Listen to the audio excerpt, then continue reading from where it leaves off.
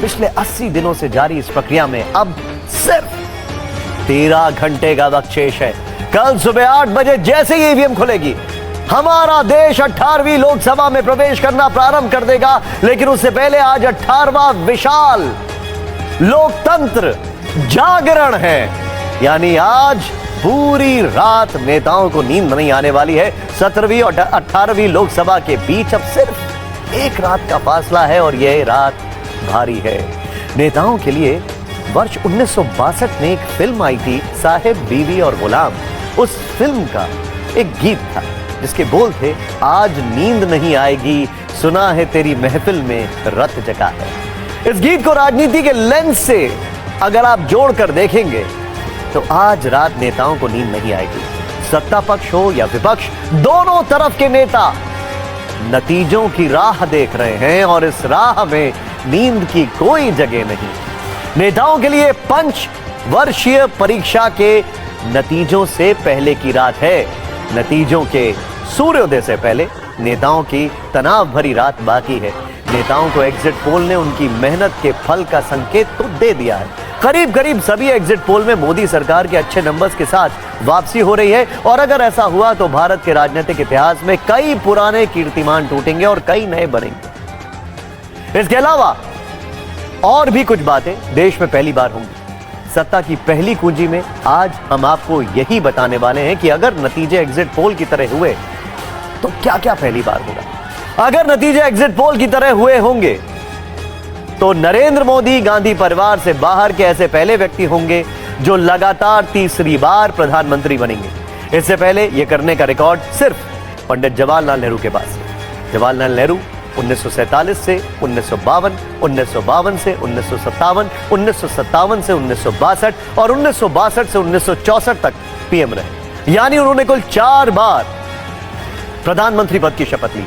अगर नतीजे exit poll की तरह होंगे तो प्रधानमंत्री मोदी 2014 से 2019, 2019 से 2024 के बाद अब 2024 से 2019 तक के लिए शपथ लेंगे। लेकिन अगर नतीजे एग्जिट पोल जैसे होंगे 2029 तक शपथ लेंगे, अगर नतीजे एग्जिट पोल जैसे होंगे। वैसे तो इंदिरा गांधी और अटल बिहारी वाजपेयी भी 3-3 बार पीएम रहे, लेकिन उनका कार्यकाल लगातार नहीं था। इस मामले में नरेंद्र मोदी इन दोनों प्रधानमंत्रियों से आगे निकल गए। इतना ही नहीं, अगर नतीजे एग्जिट पोल की तरह होंगे तो नरेंद्र मोदी ऐसे पहले गैर कांग्रेसी व्यक्ति होंगे जो लगातार तीसरी बार प्रधानमंत्री बनेंगे। अटल बिहारी वाजपेयी से बाहर, अटल बिहारी वाजपेयी कांग्रेस से बाहर के पहले पीएम थे जो 3 बार पीएम बने। पहली बार 1996 में, दूसरी बार 1998 में और तीसरी बार 1999 में। प्रधानमंत्री मोदी पहली बार 2014 में, दूसरी बार 2019 में और एग्जिट पोल के मुताबिक तीसरी बार 2024 में पीएम बनेंगे अगर नतीजे एग्जिट पोल वाले रहे तो। इसमें अटल बिहारी वाजपेयी नरेंद्र मोदी के साथ तो खड़े हैं, लेकिन उनके दूसरी बार पीएम बनने के बीच में एचडी देवेगौड़ा, इंद्र कुमार गुजराल पीएम बने, तो लगातार पीएम बनने का रिकॉर्ड उनके नाम नहीं है। अगर नतीजे एग्जिट पोल की तरह होंगे तो नरेंद्र मोदी पंडित जवाहरलाल नेहरू के बाद पहले पीएम होंगे जो लगातार 3 आम चुनाव जीतेंगे।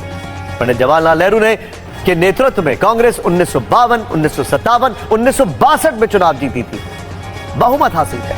अगर नतीजे एग्जिट पोल की तरह होंगे तो पीएम मोदी की अगुवाई में बीजेपी 2014, 2019 और 2024 में लगातार तीसरी बार चुनाव जीत रही है, बहुमत हासिल कर रही है।